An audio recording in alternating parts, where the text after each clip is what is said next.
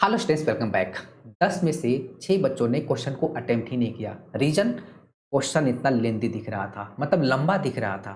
ये कुछ आपका जो डेफ इंटीग्रेशन का जो लिमिट्स है ना, ये थोड़ा अटपटा दिख रहा था। और एक रीजन और भी था, ये फ्रैक्शनल पार्ट और ग्रेटेस्ट इंटीजर फंक्शन मतलब इंटीग्रल पार्ट दिख गया, क्वेश्चन को छोड़ दिया। लेकिन ये रीजन तो नहीं होना चाहिए।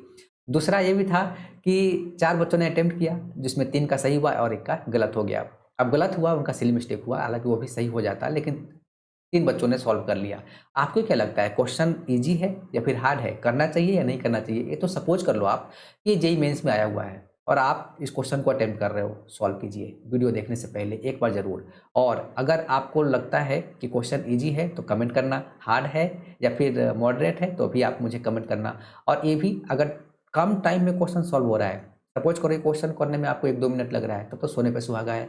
और अगर आपको क्वेश्चन में टाइम लग रहा है और सॉल्व हो रहा है तो भी बेस्ट है। ऐसा नहीं है कि कम टाइम में, अगर टाइम लग भी रहा है ना तो हम स्पीड बढ़ाएंगे, क्वेश्चन का प्रैक्टिस करेंगे तो क्वेश्चन हम लोग कम टाइम में भी सॉल्व कर लेंगे। सबसे इंपॉर्टेंट है क्वेश्चन का सॉल्व होना और क्वेश्चन को लेंथी देखकर नहीं छोड़ना, ये भी आपको नोट कर लेना है, ठीक है। देखिए, डेफिनेट का properties and formula based he question है। क्वेश्चन को जानबूझकर लेंथी बना दिया गया है। जैसे मैं यहाँ पे देखिए, इतने पार्ट को मैं देखना चाहूंगा तो क्या आइडिया लगा, tan a minus ten B upon 1 plus ten A ten B, मतलब ये क्या लिखा हुआ है? ये लिखा हुआ है tan a माइनस बी, यानी कि tan x माइनस, और यहाँ पे लिख लेंगे दिस, यही लिखा हुआ है क्या?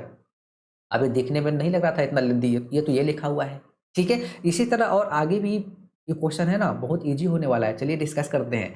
तो देखिए, इतने को तो मैंने यही लिख दिया। चलो स्टार्ट करता हूँ यहाँ से। देखिए, वही क्वेश्चन लिखा हुआ है तो आप पता चल गया आपको कि इतने को हमें क्या लिखना है। यहाँ पे मैं लिख देता हूँ आपको, ये जो पार्ट है ये लिखा हुआ है tan ब्रैकेट और x माइनस, यहाँ पे लिखा हुआ है मेरे पास दिस और यहाँ पे दिस, राइट, ठीक है।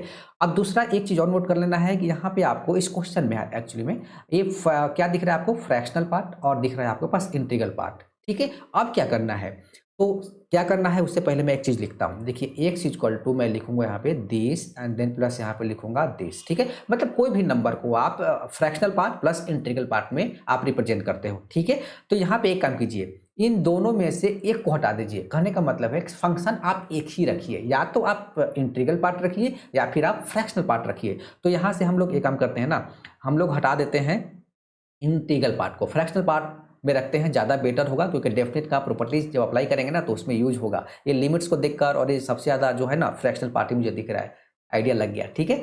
तो यहाँ पे हम लोग लिख सकते हैं एक्स माइनस दिस, अगर इसको इधर ले जाऊँ विच इज इक्वल टू मेरे पास fractional part of x, right, ठीक है। अब क्वेश्चन लिखता हूँ और इस क्वेश्चन को मैं ना कंप्लीट, जो ये गिवन है इसको आई मान लेता हूँ। तो आई इक्वल टू मेरे पास गिवन है -39 और यहाँ पे लिखा हुआ है 59, यहाँ पे लिखा हुआ है साइन 2 टाइम्स, और यहाँ पे लिखा हुआ है मेरे पास fractional part of x plus यहाँ पे लिखा हुआ है माइनस एक्स दिस। और अब इसको देखो, इसको क्या लिखा है मैंने, ए लिखा है ना, और दिस इक्वल टू कितना लिखा हुआ है, दिस लिखा हुआ है। तो क्या मैं इसको यहीं पे tan और ई पार्ट को मैं फ्रैक्शनल पार्ट ऑफ एक्स लिख दूं क्या? सबको एक ही में कन्वर्ट कर रहा हूँ, एक ही फंक्शन में। तो यहाँ पे लिख लेंगे tan और यहाँ पे लिख लेंगे fractional part of this and then plus यहाँ पे लिखा हुआ है सेक स्क्वायर और यहाँ पे लिखा हुआ है दिस, और यहाँ पे हमने फिलहाल दिस, और यहाँ पे लिख लेंगे ई टू द पावर माइनस कितना लिखा हुआ है, फ्रैक्शनल पार्ट ऑफ एक्स, ठीक है, हो गया। अब देखिए, अब क्या, तो अब देखिए ये फ्रैक्शनल पार्ट दिख गया आपको और कुछ लिमिट ऐसा दिख रहा है, मतलब दिमाग में एक बात तो जरूर आना चाहिए आपको कि यहाँ पे डेफिनेट का प्रॉपर्टीज अप्लाई होगा, कौन सा? पीरियोडिक फंक्शन वाला, ठीक है। तो सबसे पहले हमें चेक करना पड़ेगा कि जो फंक्शन है वो पीरियोडिक है कि नहीं है। तो फंक्शन मेरे पास यहाँ पे गिवन है, एक्चुअली में ऐसे मान लीजिए ये हमारे पास फंक्शन है, बिल्कुल ये जो फंक्शन है ये आपके पास क्या है, पी एफ, यानी कि पीरियोडिक फंक्शन है, जिसका पीरियड को जनरली हम लोग टी से रिप्रेजेंट करते हैं ना। तो पी इजकल टू पी भी कर देता हूँ और टी, यानी कि इसका पीरियड कितना होता है आपके पास, 1 होता है, मतलब फंक्शन तो पीरियोडिक है और 1 है। अब क्या, अब डेफिनेट का कौन सा प्रॉपर्टी अप्लाई होगा? तो देखिए, सबसे पहले ये जो लिमिट दे रहा है इसके साथ 1 है ना, ठीक है। तो यहाँ पे देखिए properties M T and then N T, ठीक है। यहाँ पे लिख लेंगे F X D X which is equal to N minus यहाँ पे M and then 0 to T, और यहाँ पे लिख लेंगे एफ एक्स और यहाँ पे डी एक्स, ठीक है। तो यहाँ पे एम और एन क्या आपको है, इंटीजर है, और टी आपके पास क्या है, पीरियड ऑफ फंक्शन, ठीक है ना। टी टी एक ही बात है। अब पीरियड ऑफ फंक्शन जो कि यहाँ पे 1 है, ठीक है। तो यहाँ पे आपके पास जो अपर लिमिट में 1 ही दिखना चाहिए, तो ये प्रॉपर्टीज अप्लाई करेंगे ऑटोमेटिक 1 ही बचेगा, देखिए ना। तो आई इक्वल टू मेरे पास कितना हो जाएगा, देखिए यहाँ पे लिखा हुआ है एन माइनस एम, यानी कि 59 माइनस माइनस 39, तो 998 98 हो जाएगा मेरे पास। यहाँ पे हो जाएगा 98, यहाँ पे हो जाएगा 0 to 1। अब यहाँ पे एक चीज़ और नोट करना, ठीक है। अब क्या नोट करने का मैं बोल रहा हूँ, तो अब पता चल गया ना कि 0 से 1 इंटरवल के बीच में। तो मैं यहाँ पे नीचे लग रहा हूँ, देखिए आपके पास अगर इंटरवल ऐसे गिवन है तो ये fractional part of this which is equal to x ही होता है, ठीक है।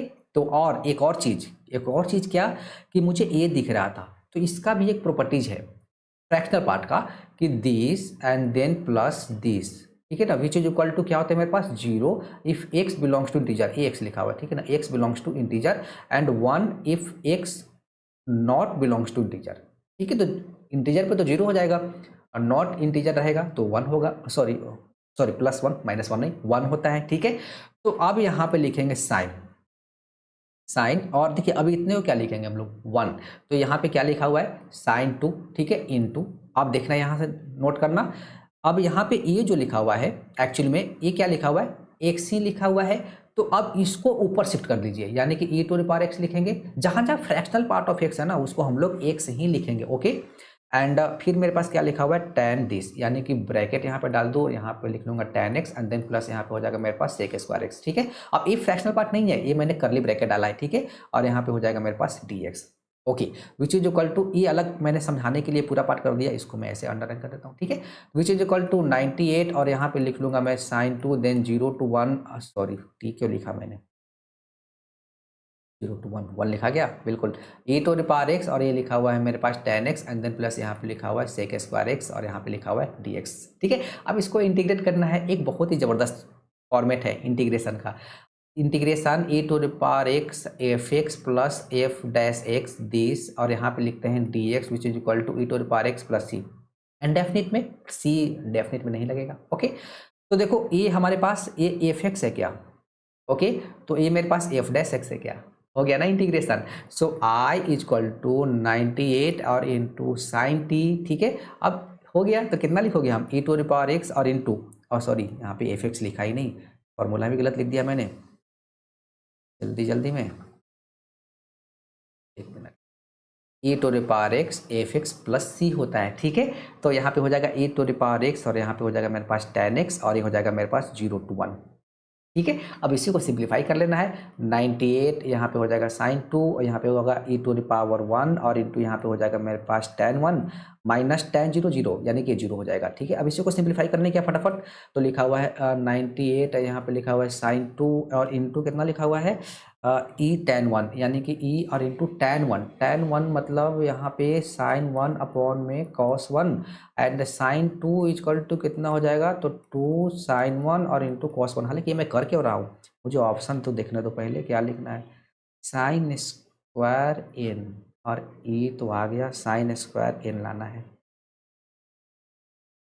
हाँ ठीक है, तो करना पड़ेगा, और into E into sine 1 upon में यहाँ लिखेंगे cos 1 खत्म हो गया, तो 98 इंटू 2 कितना हो जाएगा 196 साइन 1 इंटू ई, और इंटू यहाँ पे हो जाएगा sin² 1, कंपेयर हो गया, ठीक है। तो यहाँ पे क्या क्या गिवन था, देखिए फटाफट अरे फटाफट मिलता दे, M E sin² n, M E, और यहाँ पे लिखा हुआ है sin² n, एम का वैल्यू, ठीक है, ये हो गया आपके पास एन का वैल्यू, तो M is equal to 196, N is equal to 1, so M plus N is equal to 197, हमारा आंसर आ गया। इजी था ना, इस क्वेश्चन को ना माइंड में भी कर सकते हो, आपका प्रैक्टिस रहेगा। तो मैं तो इतना आराम से थोड़ा लिख रहा था, समझा रहा था, तो टाइम लग गया। Thank you. ज़रूर एक बार सॉल्व कीजिए, वीडियो देखने से पहले कमेंट जरूर कीजिए, चैनल पे नए हैं तो सब्सक्राइब जरूर कीजिए।